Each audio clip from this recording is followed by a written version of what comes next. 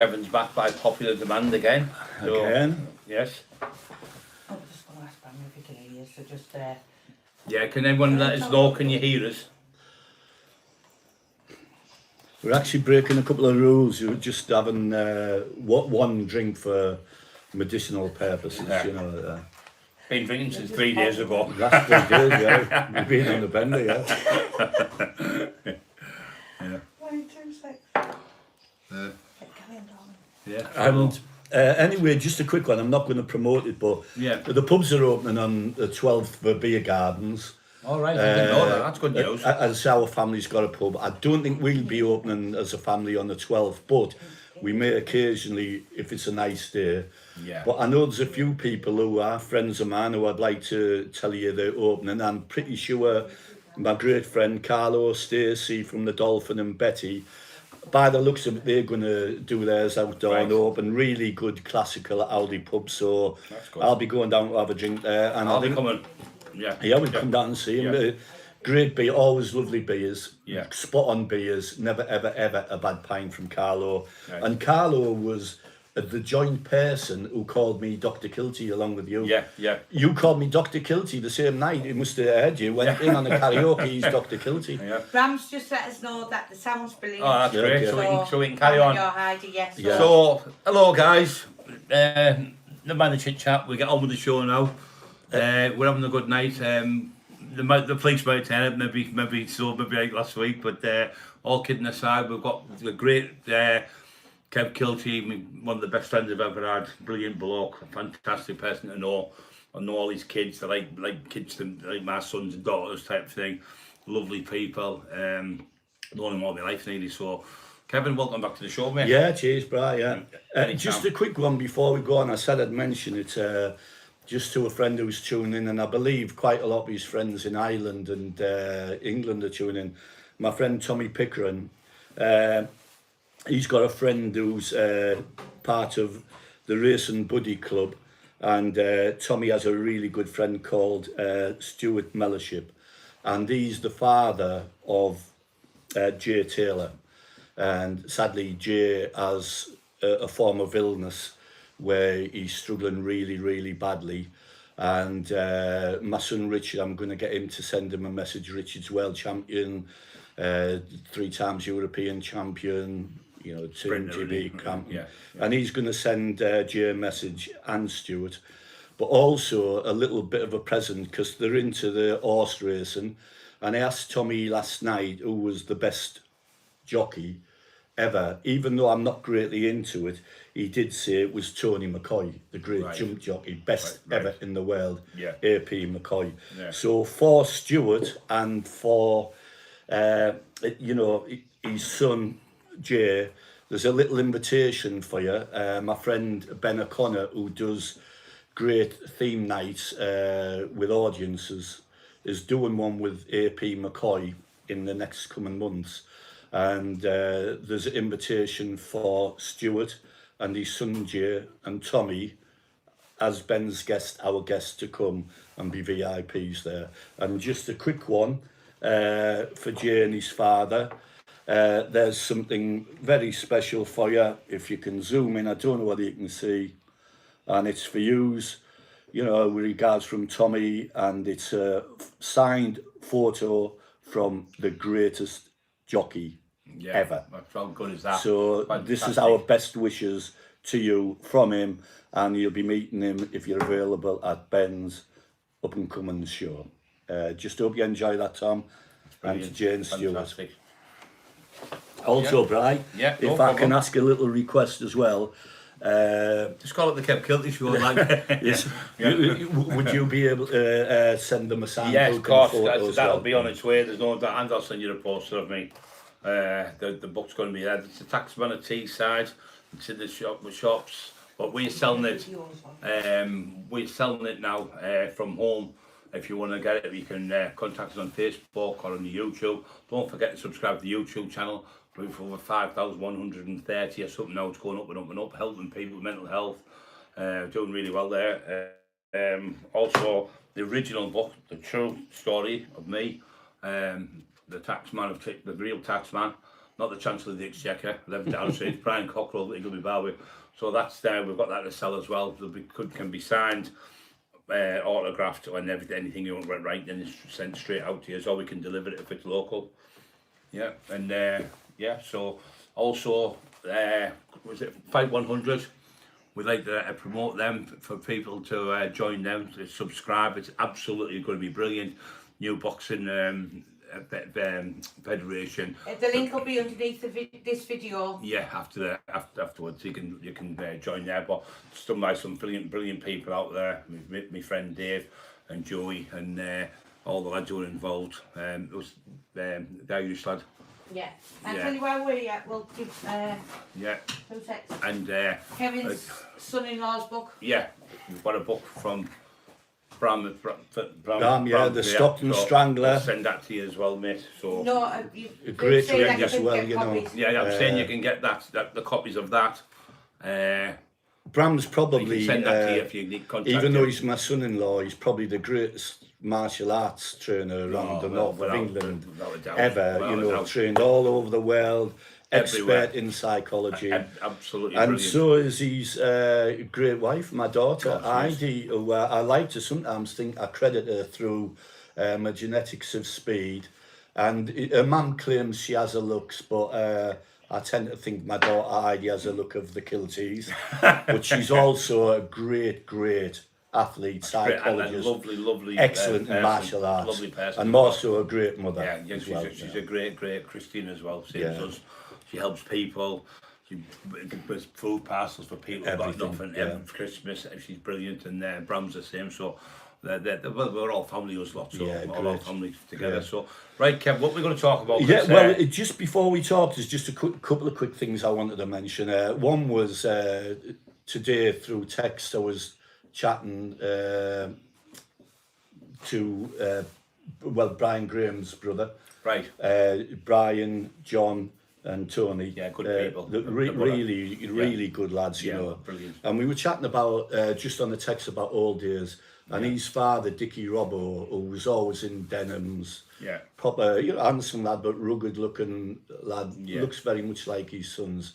Yeah. And I remember talking about the football matches locally on the sidelines when Brian was playing football. I used to play, but a particular time when I went, he was always in denims, and he had this granny look that he could have played a part in a gangster film or a Clint Eastwood film. Yeah. And I remember my dad was a tough gentleman, my dad, scared of no one. And I never heard him compliment many people as being a hard case, but he complimented the great Dickie Robbo as being a hard case. Right. One more thing I'd like to clear up, and it's a dispute between my sister and her long-time friend Pat Solan, Pat Innigan.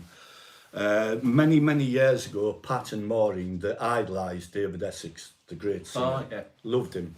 And they went to what's going to be open shortly, the Globe in 1975. Stockton. And there's been a big argument to this day, which I think I might be able to correct tonight. My show. Pat and Maureen said David Essex was singing I'm Gonna Make You a Star. Right. Great song. Yeah. And he was looking at Maureen. So Maureen says, but actually Pat Solan, Pat Innigan says he was looking at her. Now the dispute is this. I was sat 2 seats away from them, and she still doesn't know. They were looking at you, weren't they, Kevin? No, but in front of me, in front of me was 2 great ladies, lasses from Winniebanks, my great friends Tricia James and Anne Rafter, both great looking girls. And Pat and Maureen, I must say, I think he may have been looking at Trish James and Anne Rafter. Yeah. Could he be looking at you, Kevin? Thinking you won the Beatles? Maybe. Because he looked like Paul McCartney. Was it Paul McCartney? Paul McCartney was honest to God, but he was younger, his hair and everything. You think there's Paul McCartney there, and he was honest to spit. And at times when, if me and Bri have a drink, sometimes I look like Ben Hill a little bit. Or Jasper Carrot even. Jasper Carrot. No, we're going to go back to when we got interrupted today about the time when I was in jail. As I say, I make no bragging about it. No. It was foolish. Some of these kids who were causing trouble now around Trimpton Avenue, it's in the papers tonight, for what they're doing today, yesterday, aggravating people, shotting bricks at the car windows. Wouldn't have and been that. tolerated. It wouldn't have been tolerated. No. And we got prison for less than that, actually. It went on longer, but we got prison. And going back to them prison days, the first person who alerted me to, then not many people knew about him, Paul Sykes, was a lad called, a really good friend of mine, Harry Lake from Winniebanks. And he was out of prison, Harry, done little bits of prison. And he used to tell me, we didn't know much, we weren't streetwise, about this hard case, Paul Sykes. From Wakefield, didn't he? Who I later seen inside, who's got some bad things written about him. Brian knows some stories which may be bad about him. The thing I seen about him, I didn't know all this till then. Apparently he was doing things to lads in cells. Sometime in Durham prison, I'm not sure how you would have got away with that because you were literally banged up all the time. But going back to that, that was how I first heard of this Paul Sykes. And Harry and Sheila, I was speaking the other day, actually they're getting a little bit of stick. Some idiots putting some windows through theirs and the pensioners, you know. Right. And that would not be tolerated by anyone in Winniebanks. So if there's anyone in Winniebanks listening, literally these people who are doing it, and some of them are the people who are doing it from families who are great people. There's no need for it. You don't need to do that, you know. Life's too short for that. And I've made enemies myself in Winniebanks, and I've made a lot of good friends. And if there's anyone I've done anything wrong to, you were big enough to apologise and say, well, I'm sorry. And there's no one there who, if they think I fell out with them or haven't, I wouldn't like to talk to again. All of the people, if I've had problems with them or whatever, but I was into the habit of helping people. And going back to the crime side, there was one particular time before I go back onto the Durham jail side of it, in the early 90s, Springfield Road, which was literally a block end, as you know about it. And I didn't proclaim to be an hard case, but I hated bullies. And there was this lad, he was driving up and down on a motorbike, revving up, driving into old age pensioners, lasses with pushing prams, intimidation totally. And it was against the law, but one day I decided a summer's day to make a couple of petrol bombs, you know. If the police would arrest me now, they wouldn't be able to say anything really. But anyway, I've made a couple of petrol bombs. When he came by, shot a petrol bomb at his bike, set him alight, his arm was alight, went over, gave him a slap, and he was running up the road, screaming for help with his arm alight. And then you had the great Bill Wales and other pensioners seen him running up the road. He was shouting for water, and they were shouting, give him petrol, the bastard, burn the bastard. See what happens. But I don't, you know, just some people can be nasty. You know, I've probably done the odd thing. You have, Brian, what we regret, you know. Me? I know Brian, the odd time was maybe he's set up when there was people on the door who might not want trouble with them, but they look intimidating, the people that get them to chin them and that. But, you know, we all regret that. But going back to the prison side of it, when I was in Durham, one of my the first person to welcome me, which I shouldn't say welcome, because I was lost. I was like a little lamb in there. It was a horrible place. Oh, horrible. Durham. And not any of you who say, oh, my mate's in, he likes jail, it's not too bad. No. Even with all your tellies and all your PS1s and all that, you want to be home. Freedom is sometimes a much more important than health. Well, you can go to the toilet when you want, you can eat what you want, you know, and pop and see your mum, your dad, your brother, your sister. When you're locked in that cage and that door banged, they don't care how big and tough you are. It gives you the fear, doesn't it? Oh, the fear of it. You're in an 8-12. It used to be small in Durham years ago, tiny, like a little railway bunker type of thing. When you're locked in there 23 hours a day and you have to pee and do number twos in a bucket. And once we were in, the whole place had gastroenteritis. You can imagine the state of stuff.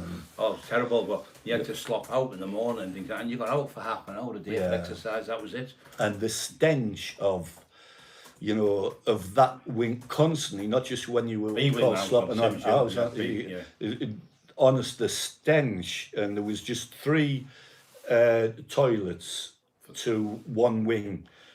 and you're talking about, I don't know, maybe it's 250, 300 people on Yeah. the wing, and you can imagine them, Hundreds you of have to people. queue up behind them with like a baby's potty and empty it in this sink. The stench, the embarrassment, and if you had to use the toilet, them days, the toilet door started at your knees, Yeah. finished at your neck, You'd sit like this and on the you were toilet. sat there. And people Yeah. walk by on it, Brian, they'd be like, oh, You- you'd be so, your face would be bright red because you'd be embarrassed because you would trying to do what you do in the toilet. Hi Brian, I hope you have a good mate. And you